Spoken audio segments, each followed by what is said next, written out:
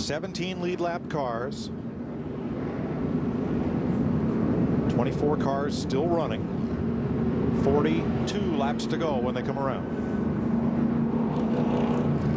Critical restart right here for Jason Bowles. Ford versus Toyota on the front row. Green. Here we go.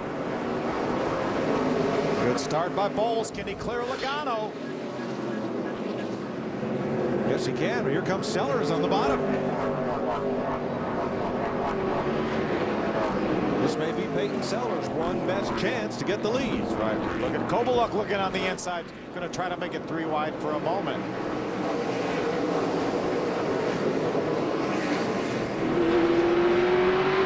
Sellers side by side with Logano for second.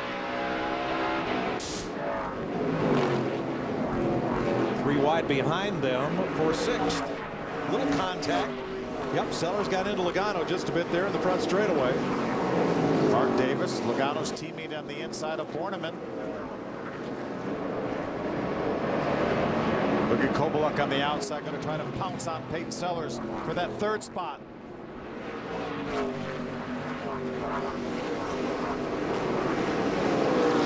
Mark Davis trying to get up here and battle with this group. And that Joe Gibbs, number 18, his last ride for the Gibbs organization. He and his dad going out on their own this season. See him all the way down on the bottom of the racetrack trying to pull up beside of Augie Vidovich. Inside of 40 laps to go. Both lead cars just sideways off turn 2.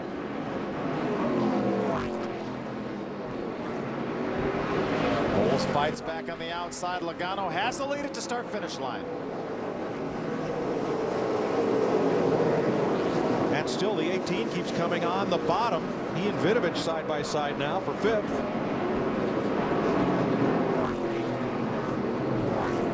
Borneman in the wall, turn 3. He may have cut a tire. Nope, he just got up in the loose stuff. Engelbright gets by on the inside. They're all going to go. Matt Crafton, David Mayhew, Steve Park. Johnny's got to get his tires cleaned off before that car will go. Yeah. And he loses about 8 positions on track. There's Moses Smith, the 16 car. He's still on the lead lap. Look at him, 4 wide. You got to love it. Yeah, Mike David trying to scramble back up into the top 10 and that number 2. There's Hornaday. Remember, he got, he makes contact. He turns Jim Warner out. Well, we're still green. If Warren can get restarted, he's trying to get it out of the grass. He's going to go a lap down. What a shame. As Warren goes around off the front bumper of Hornaday. Logano with a handy lead now. Good battle for 3rd right there. Peyton Sellers, the 83 car. Matt Kovaluk, the 40. There's Vidovich in the 9. Mark Davis in the 18.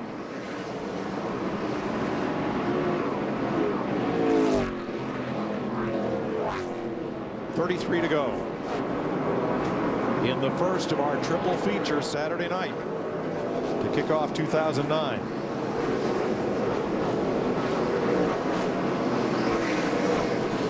Good battle for 5th right there. Augie Vidovich the 9. Mark Davis in the 18. Mark's going to try to use that bottom lane. It looks like he can make a lot of ground to the center of the corner, but then when you have to turn and go the other direction, it's hard to get that bite on the flatter part of the racetrack.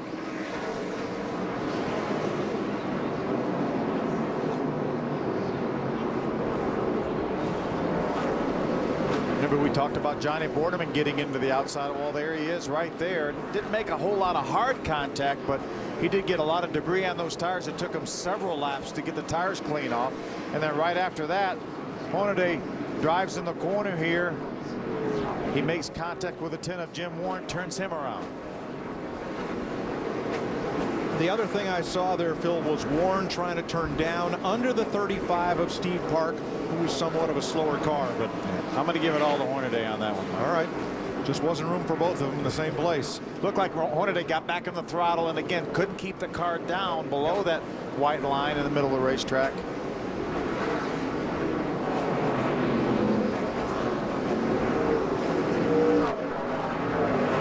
Davis keeps at it in that 18. He is 6th, wants to be 5th.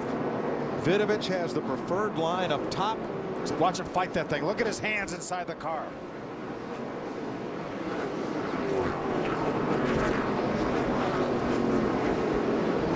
Hart turns well in the middle of the corner, but as you said, you just don't get the drive off from the bottom that you do from the highly banked top lane. Yeah, those guys on the top have so much momentum coming up off the corner.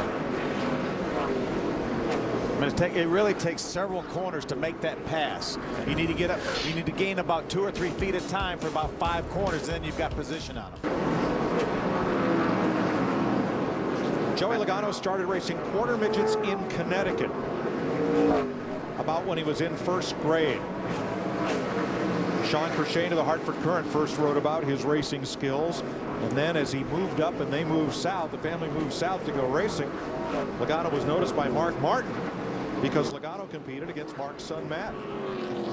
And that's about kind of when the saying, this kid's going to be the greatest thing since sliced bread, came about. And the nickname is kind of hung on Logano as he's worked his way up through the Camping World East Series with a championship, into the Nationwide Series with a win, and now he'll be the full-time driver of the Home Depot number 20 in the Sprint Cup Series this year, 2009.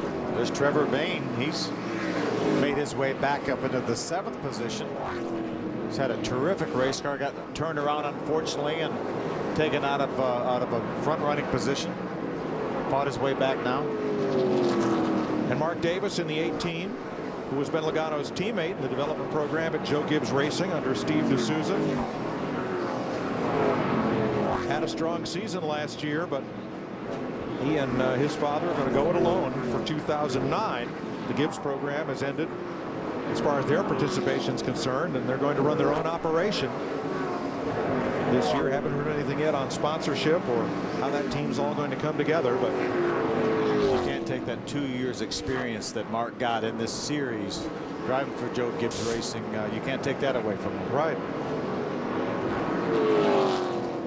A lot of young drivers in this series with a very bright future ahead, and one of them's gone up in smoke down in turn 1.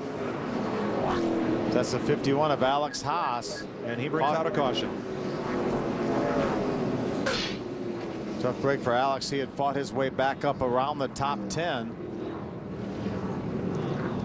We talk about young drivers. Alex Haas is Kyle Busch's development driver. That's right. How old is Kyle? He's like about 23. 23. And he has a young development driver at age 23.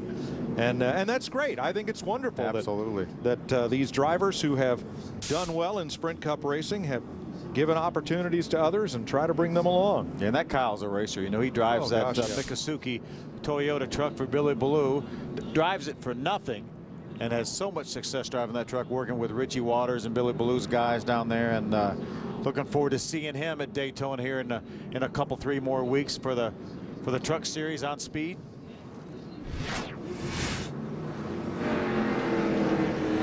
There's David Mayhew, the 14 car. You see the 51 of Alex Haas go up in smoke coming off turn number 4. That may be the first engine failure we've seen tonight. And remember, these are, for the most part, everyone here has the spec engine that NASCAR brought in here about 2 or 3 years ago to lower the cost for this series, and I think it did wonders for this series. That's why we had such a healthy car count here, to make it this racing more affordable. You know, they used to race engines that cost $45,000 or $50,000, and now these engines cost about $25,000, and they get a lot of races out of these engines. Right, not a crate motor that you're not allowed to open up and work on, but it's one that your engine builder can build and tune to very strict, limited NASCAR specifications. Yeah.